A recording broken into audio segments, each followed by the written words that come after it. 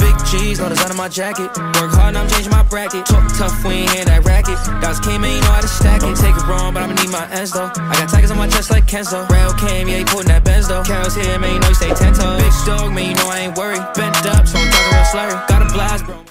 Yes, sir. Yes, sir. Yes, sir. This is Adam Caplan, the voice in your ears with AC Radio, and we got an action-packed episode today. I hope y'all are feeling great.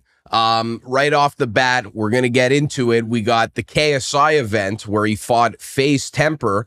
KSI came out, beautiful side stance, a little bit of a nice bounce in his step, hands down. Looked a little bit like a Wonder Boy Thompson or like an old school McGregor style of 2013 or 14. Threw that right hand to the left hook. Down goes Temper. That's all she wrote.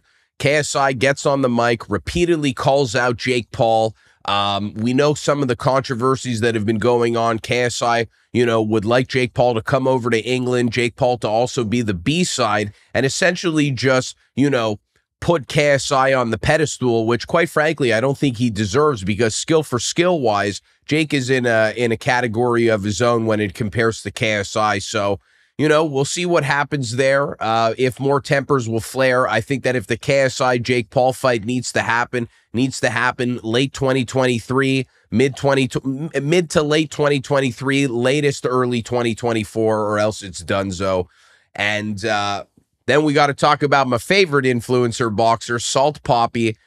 This guy is somebody to speak about. In some ways, it almost looks as if he could turn professional. Not maybe from the way he looks physically, but skill for skill. I know he's not fighting maybe the best opponents, and probably the old story, his sparring partners are probably tougher than his opponents. But man, I got to tell you, that counter left hand that he hit his opponent with in that second round to end the fight was textbook stuff. It was an unbelievable shot. I encourage you to go on YouTube, type up Salt Papi KO, make sure it's the most relevant fight. Dude, that left hand, something to be paying attention about. So congrats to Salt Papi.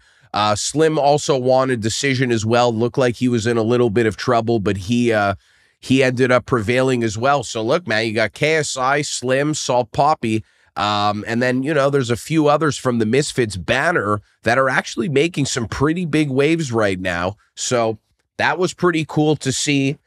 Strickland ended up getting the decision over Imamov, which, I think does make sense. He was the bigger guy in the octagon. His strategy and his game plan that he used against Cannonier would have been a perfect strategy for Imamov, except Strickland actually went back to his old ways in just marching forward, no fucks given, and landing those punches. And, Nasruddin put on a very, very tough and willing fight for Strickland. He is a good opponent, was fighting the heavier guy, was not prepared for him, was prepared for Kelvin Gastelum, still showed out, went 5 rounds with Strickland, who's one of the best in the division in middleweight. So, you know what? I got to give it to him, but it was a light heavyweight fight, which I think maybe the weight did make a difference, because even though Strickland was heavier, he did fight recently, so it's not like he was that out of shape. Strickland's a nutcase.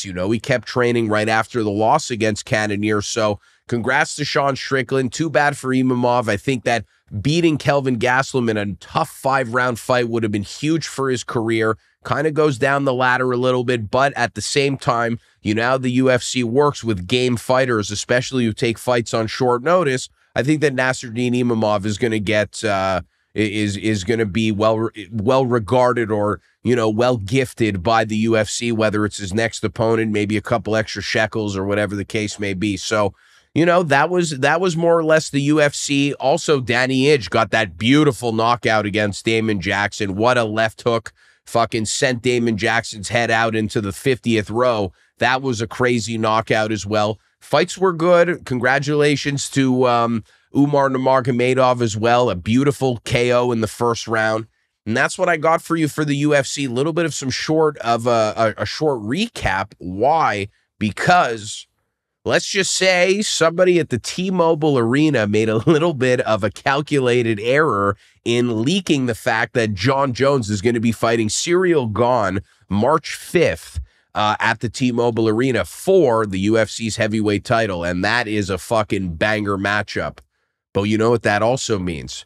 It means Francis Ngannou is no longer the champion of the UFC in the heavyweight division, and he's probably going to be dip-setting out of there and going to PFL to fight in their heavyweight season to win the million every single year, kind of like a Kayla Harrison thing. But let's get to Jon Jones versus Cyril Gane first. The news was leaked early. Seemed as if the UFC had no choice but to maybe think, hey, it's probably a better idea to get all the Dana stuff behind us. Let's release the fight, and let's have fans talking about some new shit. And look, man, March 5th at the T-Mobile Arena, the heavyweights are going to collide. Cyril Gane is coming off a loss. I believe, against Francis Ngannou. He is there wanting to win that heavyweight title back. But then you got Jon Jones, who hasn't fought in a few years and is fighting in a new division against heavier fighters. And then on top of that, he's fighting a dangerous striker in Cyril Gane. So there's a lot of questions here. Will the ring rust be an issue for Jon Jones? Is he going to really factor in his wrestling more in this heavyweight division, or more against Cyril Gane than he has in the past? Are we going to see a new and improved Jon Jones, or are we going to see the Jon Jones that we've seen in the past, but maybe a heavier, more devastating capabilities? You know, it's tough to say because, you know, a lot of Jon Jones's performances at the later stage of his career, a lot of them were a bit subpar. You know, they weren't exciting fights. They went 5 rounds. It looked like Jones was taking the safe route. You know, fans would always get up for it and then leave a little bit disappointed. Aside from, you know, a few fights, obviously the DC rivalry was a great one, but some of Jon Jones's most recent performances have been a little bit lackluster, and a lot of that comes because of the drama. So it'll be interesting to see, is that all behind him? Because he's still showing up in the headlines as a bit fucked up, you know? So are these things going to play a factor? We're not sure. So mentally and physically, the fact that he hasn't been in the ring for a while, plus has still faced a little bit of problems. And then on top of that, he's got to go in there with now the #1 fighter in the UFC's heavyweight division in Cyril Gane, who's great at Muay Thai. He's great at managing his distance. He's got a great jab, and he's a patient fighter. Yes, obviously the wrestling is an issue. And I believe that, you know, skill for skill, Jones is a better wrestler than Ngannou, and Ngannou was able to wrestle with Cyril Gane. But, you know, although Jones has been training with a lot of heavyweights behind the scenes, I don't know, you know, is he sparring with 4-ounce gloves? Has he felt what it feels like to get hit by a heavyweight who's one of the top strikers in mixed martial arts with a 4-ounce glove? I'm not sure. I know he's wrestled with them. I know he's grappled with them. You know, I hope a lot of them are emulating a bit of that sideways stance with that nice bounce, because that is going to be the factor. And what I'm really wondering from both guys is how that lead sidekick to the lead leg is going to affect both guys, because I think both guys are going to go for that sidekick to the kneecap, similar to what Khalil Rountree ended a fight with. I think that strike is going to be something to talk about, and both folks are going to be looking for it in the octagon. It's an interesting matchup. It's a good matchup. It's a matchup the UFC needed. And if you look at the run that the UFC is going to be on with Islam Makhachev versus Alex Volkanovski, potentially Cejudo versus Sterling, then we have Jones and Cyril Gane. We also have Usman versus Edwards 3 announced, and then we're going to have Gaethje versus Fiziev, and then there's a bunch of other fights that I haven't mentioned. Bro, let's just say first quarter of the UFC looking pretty good. So that's what I've got to say about the Gane fight and Jones. It's a very, very good matchups, but there's a lot of questions there. I think a lot of the questions are more so for Jon Jones, and, you know, correct me if I'm wrong about Cyril Gane's last fight being against Francis Ngannou, because right now I didn't have the time to look at the stats in front of me, but I believe that is the case. And moving on, we have the next best story in what happens with Francis Ngannou now. And what people don't realize is this isn't about money. It's about freedom. They've been saying we're willing to give Francis the most amount of money that any other heavyweight fighter or fighter has been paid. I don't think that that's really true, because I think that it's all relative. And B, when you calculate the fact that he won't have the freedom to go to boxing, the guy is not going to make more money than he could have ever made, because Francis will easily make more of a bag in boxing than he'll ever make in mixed martial arts. So maybe not consistently because MMA is always going to be his bread and butter, but off of like a 1 or 2 off fight in boxing, Francis would make more dough. So listen, what happens with Francis? He didn't feel like he was getting the respect from the UFC financially and then also freedom-wise. He wanted to be able to go and do, a boxing fight versus a guy like Tyson Fury. He wanted to be able to go and maybe do a little bit of BKFC. I don't know what it was. Maybe he wanted to fight Deontay Wilder, Dillian White, Tyson Fury, Derek Chisora, all of these great heavyweights. Maybe that was the case, and I believe that's what it was. The UFC didn't want that. It's bad for the brand because, let's be real here, Francis would lose against all of those boxers, which then diminishes the quality of their heavyweight division. So to an extent, I understand why they don't want Francis to do that, because I'll be real with you, Francis's boxing is not as good as everybody makes it to seem. If you took away the power aspect and just looked at the technicality and just the aesthetic of the way his punches look, they're not that sick. Plain and simple. That's my take. I think that Cyril Gane is a much more polished fighter. He's just not overall a more polished striker. I just think that he's not a more complete mixed martial artist as Francis showed in the last fight. So where's Francis going to go? Francis is probably going to go to PFL. He's probably going to go to the Professional Fight League, fight in the heavyweight series against lesser heavyweight opponents, has the opportunity to consecutively and consistency make $1 million per season if he fights in this heavyweight division, and PFL fails to beef up the division, because I wouldn't say it's the most devastating of their divisions, number one. And number two, I think that also just the aura and the allure of fighting the UFC heavyweight champion in PFL, and these guys haven't faced somebody of that stature, that's already going to be an intimidation in itself. So Ngannou has the opportunity to make a lot of dough. And then on the other side, he could walk to boxing, because you know that PFL is going to let him do that. They're going to let him go to boxing. And then on top of that, too, he could join the PFL super fight division, or maybe PFL finally puts up enough dough for a boxer to come to MMA. And then once again, Ngannou has the same opportunity as a Jake Paul, where he could do those two-way contracts with MMA and boxing. So there's a lot of exciting things that PFL, if Ngannou signs, could do with this two-way boxing thing. Maybe PFL does a deal with Showtime. Who knows? Maybe they do a deal with DAZN. Who knows? There's a lot of different things that could go on. And with Jake Paul and Ngannou there, who both have stood up for fighter pay profusely, they have the opportunity to work together in tandem under the same promotion in mixed martial arts. And then you add that two-way contract thing in boxing as well. That's double the exposure to different fans. It's a very, very interesting strategy. So I like it. However way you want to fucking cut the cake, Ngannou could fight in the heavyweight series for 1 year, then maybe he starts to dance off into some super fights in MMA and boxing, or maybe he does all of the super fight stuff in between fighting for those heavyweight season fights to win the million, So there's a lot that could happen there that could be very positive. But there's a lot of things that folks aren't talking about that could be negative. And let's start with mixed martial arts. If Francis Ngannou goes to PFL and starts losing to PFL heavyweight fighters, maybe if it's once, he'll get absolutely memed and destroyed online, but he'll live to fight another day. But if it happens 2-3 times and Ngannou starts to maybe have like, I know Anthony Pettis is at the end of his career, but let's just say Ngannou in his first 3 to 4 fights in PFL doesn't look great, barely wins, or starts to lose. If Ngannou is not providing what Ngannou does, which is knock the fuck out of people, that's going to be a problem for him, and it's going to hurt his stock.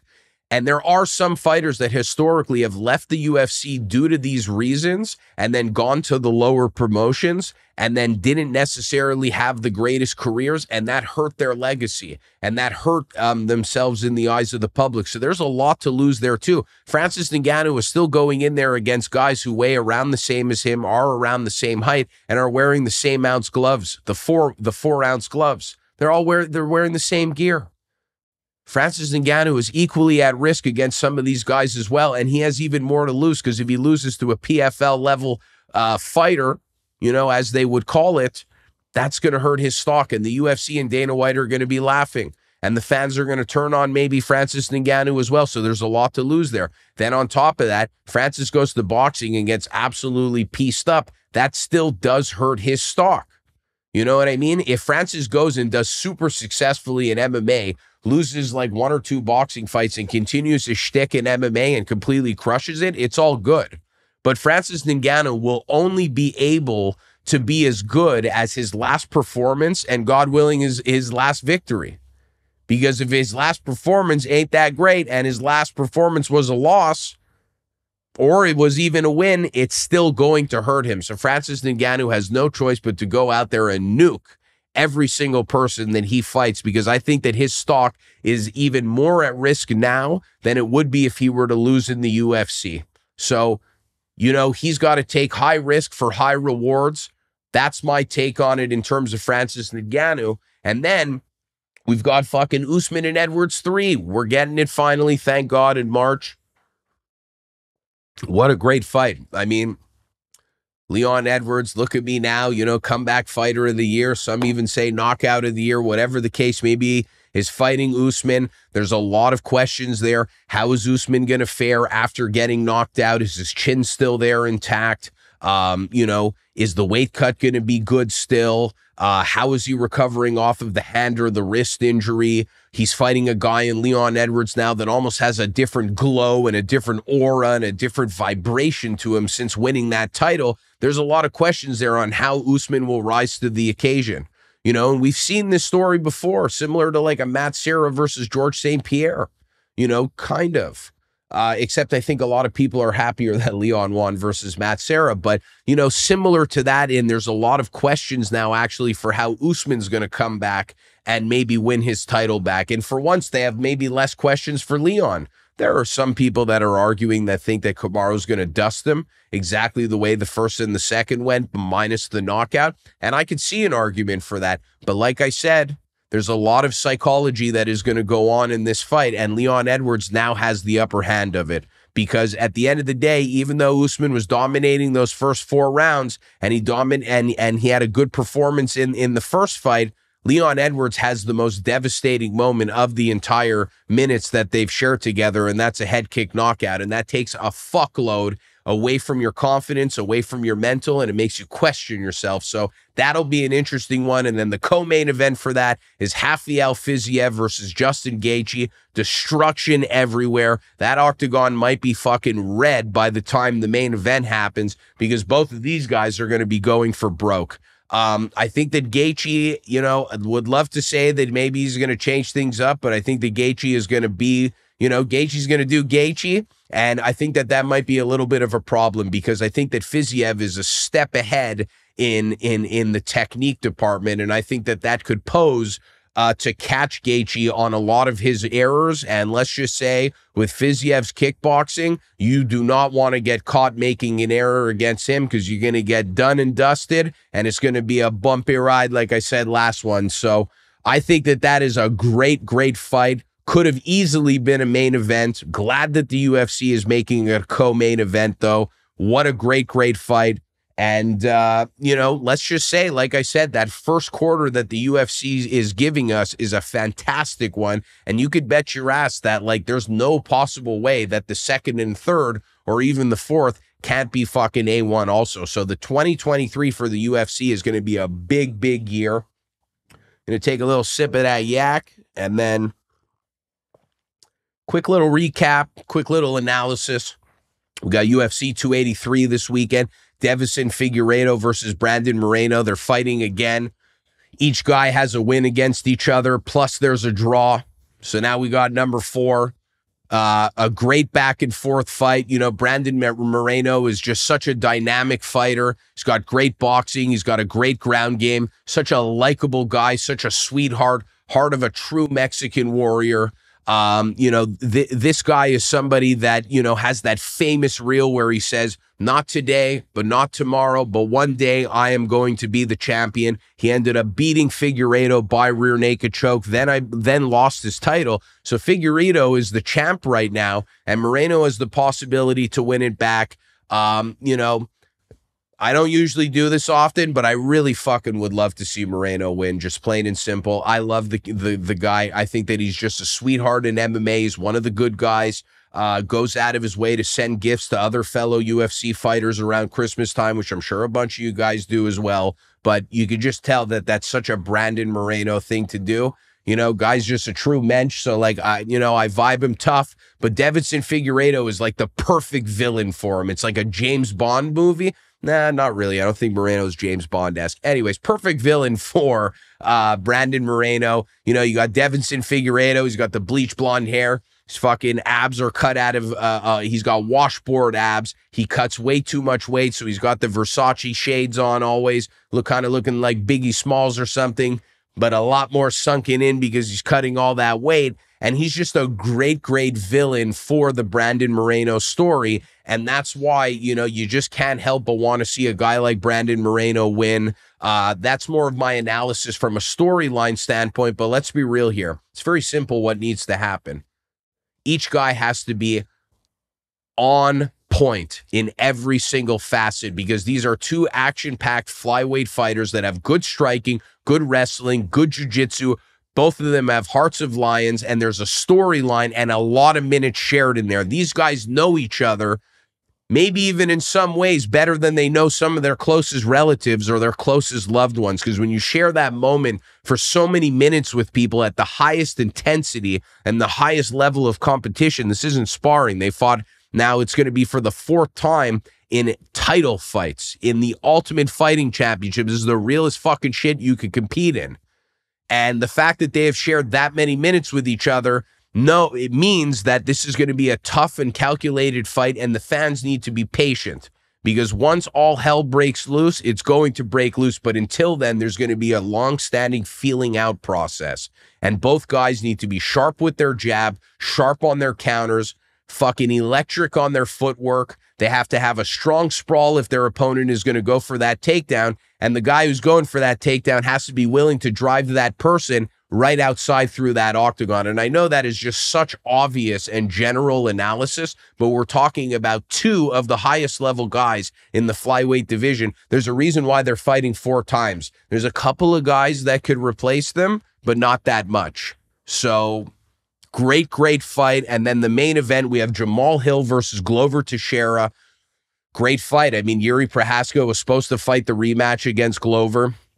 Yuri had that terrible shoulder injury. He had to pull out. And then after that, Glover Teixeira was offered Magomed Ankalaev versus Jan Blachowicz. Didn't want either of them. So Jan fought Magomed. Fight ended up in a draw. Because the establishment in Dana was pissed about that scenario, they ended up calling Jamal Hill before Magomed left the octagon. And people are like, Jamal Hill, like, all right, man, like, sick, but, like, how's it going here? Like, I get it, but at the same time, like, wow, like, I can't believe that came out of nowhere. We thought that at least Ankalaev would have got the rematch. People are, you know, scratching their heads a little bit, but then such a beautiful, beautiful interview on Ariel Helwani's MMA Hour that Monday. You know, Jamal Hill was there, and he was on Helwani's podcast, and Helwani asked him, like, what does this mean to you to fight for the UFC's light heavyweight title? And then Jamal Hill got serious, and the energy started to almost deafen. And Jamal Hill said, I am so happy that I get to fight for the title because there was always one question that I wanted to know, and now I could get that answer, and that'll give me peace for eternity. And then he kind of reiterated the fact that he wasn't ever sure if he was going to get that title shot. And now that he has the opportunity to fight for the UFC 205 belt against Glover Teixeira, now he'll have the possibility of finding that answer, whether he's a good enough mixed martial artist, whether or not he was destined to be a champion, whether or not he was destined for greatness, whether or not all those hours spent in the gym and all of the struggle, perhaps in the personal life, like everybody goes through, and putting those aside to still go to the training room and maybe even sacrificing more problems by going to the training room because all those hours away from the gym is hours away from your family will fucking pay off or not pay off at UFC 283. So that was just a beautiful, beautiful interview that he had with Helwani, because he finally stated that he will get the answer in knowing whether or not he was truly capable and good enough to become the UFC light heavyweight champion. And you know what? He's got devastating knockout power. He's got a great personality on TikTok. He is a brown belt in jiu-jitsu, but he's fighting a legend in Glover Teixeira, who is in, who is just a legend in his own, will be easily a Hall of Famer. But, a lot of questions there as well. Are his days behind him a little bit after such a crazy fight against Yuri Prohaska? Will he be able to take the power in Jamal Hill? Will Jamal Hill be able to, rumble Johnson, Glover Teixeira? Or will Glover Teixeira, utilize his striking to slow down the fight to then get to his grappling? Because a lot of folks feel that Glover Teixeira is stronger in the grappling realm, and I do tend to agree with that as well. So there are a lot of questions there. Will Glover look to stand with Jamal Hill, or will he look to use his striking to set up his grappling to, tire out Jamal Hill and look to probably sink in a choke of some sort and retain the title? He ain't going to retire, so he says, but I just felt, though, that interview with Jamal Hill was a deafening one. It hit home, and with everything that he also mentioned that he had gone through, having that opportunity basically fall into his lap is a really big deal. And, you got to show love to fighters like that. And that's why it's always important to watch the fighter interviews, man. You get to learn about them in a different lens. So just what a great, great night of fights we have next weekend at UFC 283. Fucking big fights we have coming up January, February, March, and then for the rest of the year to come. Last episode did great. I'm really happy about that. Thanks to y'all for getting in all of those views. AC Radio, we're out, baby. Big cheese, no design on my jacket. Work hard, now I'm changing my bracket. Talk tough, we ain't hear that racket. Dogs came in, you know how to stack it. Don't take it wrong, but I'ma need my ends though. I got tigers on my chest like Kenzo. Rail came, yeah, he putting that Benz though. Carol's here, man, you know he stay 10 toes. Big dog, man, you know I ain't worried. Bent up, so I'm talking real slow.